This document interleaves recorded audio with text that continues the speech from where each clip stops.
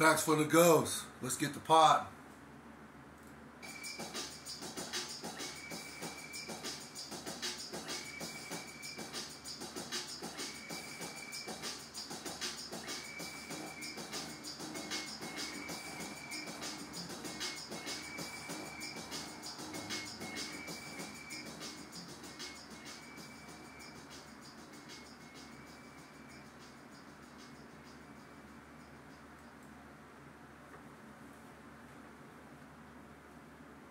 How y'all doing? Today's date is March the 28th. The time is 11:34 a.m. in the morning. And news is popping is Lamar Jackson's request to be traded from the Baltimore Ravens. Actually, this report took place yesterday, March the 27th, 2023, which was a Monday.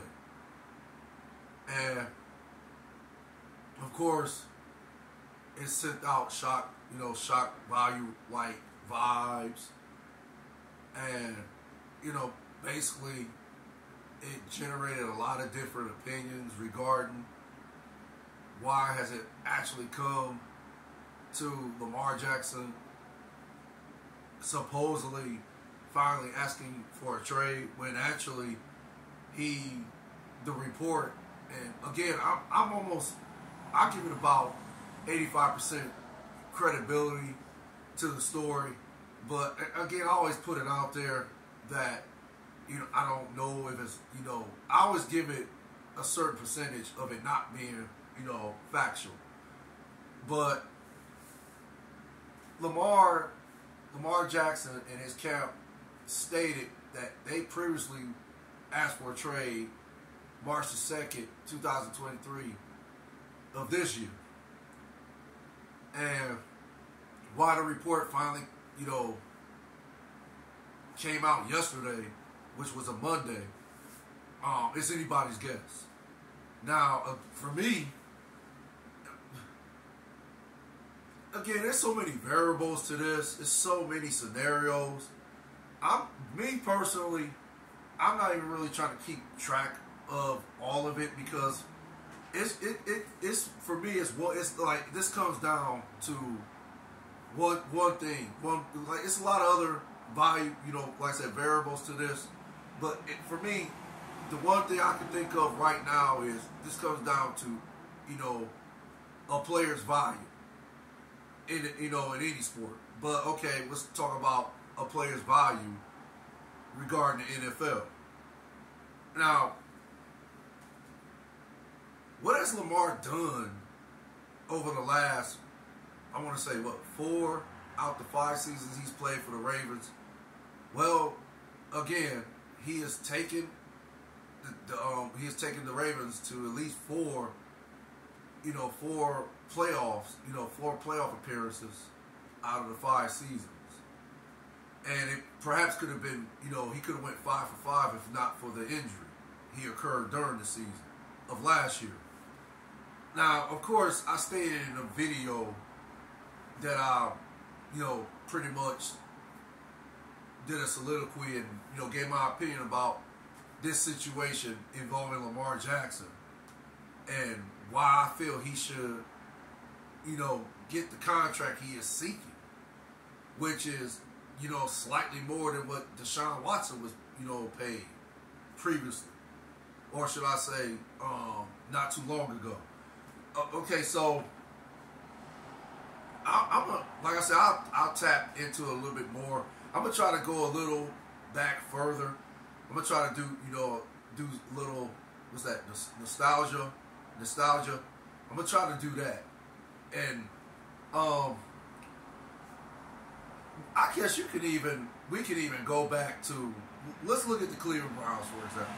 There's a lot of people who are saying that because of what the Browns did, they pretty much ruined the market. They pretty much have put gave these elite quarterbacks or these quarterbacks that's coming up behind the Lamar Jackson, Patrick Mahomes, Josh Allen's, and Justin Hilbert's. and Joe Burrow and so forth. The quarterbacks that are coming up behind them, and the quarterbacks that are currently playing now, and the ones I just named, are elite quarterbacks, and then again the ones that's coming up behind them that have the potential to be elite. The next elite batch of quarterbacks, if that makes sense. But again, let's talk about the Cleveland Browns. Now, the Browns has not really been relevant since they have come back into the league, and that was 1999. And they have had a plethora of just average to below average quarterbacks. I'm going to be nice about it and say it like that. The quarterback that I know that was, and I'm going to go on record and say great, was Bernie Kosar. And I know there was, a quarterback by the name of Otto Graham. And I think Otto Graham is the greatest quarterback to ever play for the Browns. I mean, I could be wrong about that, but I just, growing up, I would always hear stories about how great Otto Graham was for the Browns, and of course Jim Brown. So, I mean, with the combination of you got this quarterback that's great, and then you got this running back that was great. Okay, we already know the story behind the Browns winning multiple championships in the 60s. Okay. And, I'm going to throw this out there, too. They don't consider them Super Bowls that the championships the Browns won. But, again, it's neither here or there. That's people's opinion, basically. Do I consider them championships? Yeah, they're NFL championships. They're Super Bowls. The Browns won them. So how are you going to say those weren't really Super Bowls that the Browns won back then? That's like saying, teams that won championships in the past, they won the NBA champion. Well, basketball teams that won NBA championships, there wasn't really NBA championships. Or, we can go on and on about it, but I'm not, like I said, that's another segment. But, again, then there's Brian Sipe that I heard, great things about him. But the quarterback that stands out for me in the Browns franchise is Bernie Kosar. And I think he's, in my opinion, the greatest quarterback the Browns franchise ever had. So, you got to keep in mind, when was the last time all this took place? And I want to say, I could be wrong about this. I can't remember the year Bernie was released. The year that keeps flashing in my mind is 1995, but I could be wrong. All I know is Bernie was released in the 90s.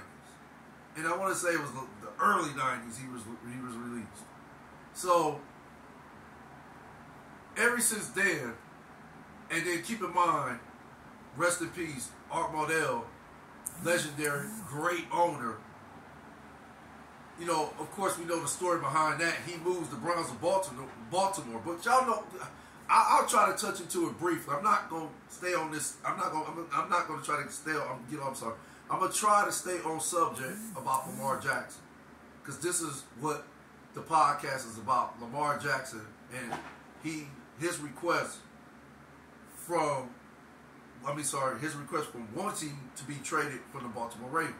So, Art, of course, everybody know Art Modell moved the Browns to Baltimore because, the miscommunication involving Art Modell seeking a new stadium for the Cleveland Browns and for the franchise and for the fans to come and watch the Browns play, of course. But for some odd reason, I want to say the mayor or the city of, I know the mayor was involved in this. I don't want to say he was involved, but I think the mayor had some part taking that decision to build a new field for the Cleveland Indians at that time. So the decision was decided to build a new stadium for the Cleveland Indians instead of building one for the Browns. But of course, we all know how that, the end result of that. Art Modell got a better offer for Baltimore, and then he decided to move the team to Baltimore. And then, of course, the uproar over that, which I felt Art Modell didn't deserve. But okay, again, that's a different segment. But ever since then, the Browns, I think they were without a team I want to say they were out of team for. I don't remember the years. I just know it was I'll say a minute. It was a minute they were without a team. So when they come back in 1999, then this is where the carousel of average to below average quarterbacks start. It started with Tim Couch, and then ever since then, it was just it was just a cyclical. It was a cyclical like rotation, if that makes sense. It just was, the Browns were some. I know what the reason is. I don't know the reason for sure, but I like to think money played a part as to why the Browns were not drafting, these players that had the potential to be, Super Bowl champions, Hall of Fame bound, Hall of Famers. Fuck the Hall of Fame bound. Hall of Famers. And for some, not for some odd reason. Again, I think it was money. I think the owners, before Jimmy Haslam bought the team, just was not that interested in winning. They were interested in making money.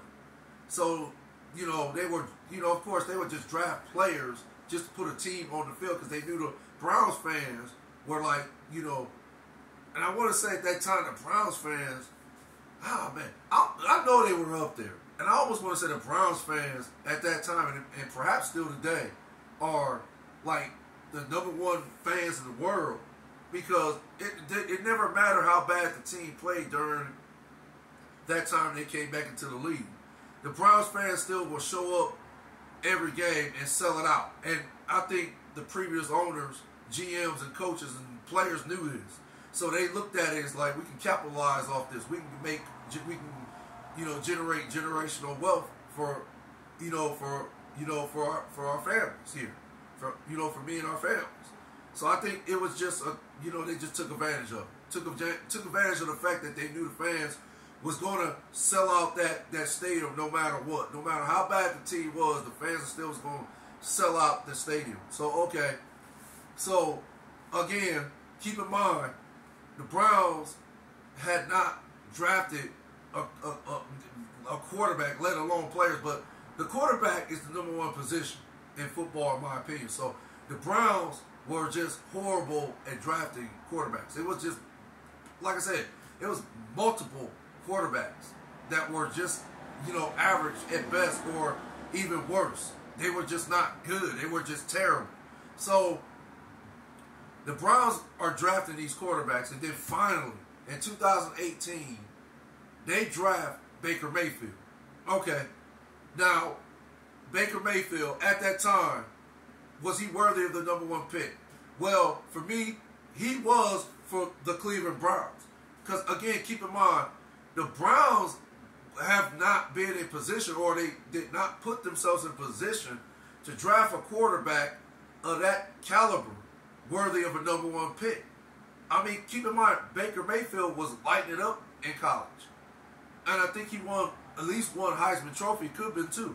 But Baker Mayfield, again,